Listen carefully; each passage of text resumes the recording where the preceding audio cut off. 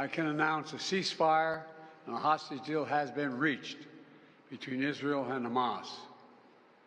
More than 15 months of conflict that began with Hezbollah's brutal massacre on October the 7th. More than 15 months of terror for the hostages, their families, the Israeli people. More than 15 months of suffering by the innocent people of Gaza.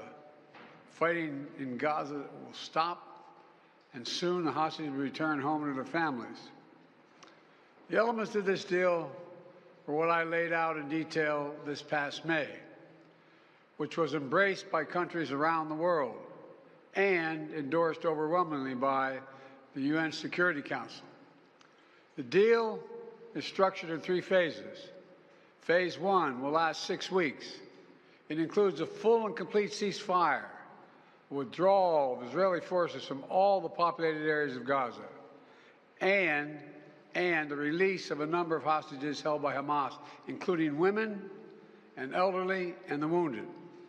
And I'm proud to say Americans will be part of that hostage release in Phase 1 as well.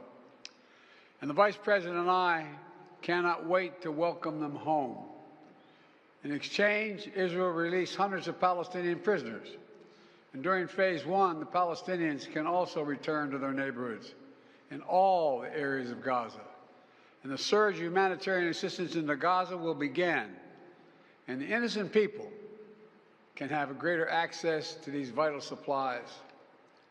You know, during the next 6 weeks, Israel will negotiate the necessary arrangements to get Phase 2, which is a permanent end of the war. Let me say it again, a permanent end of the war.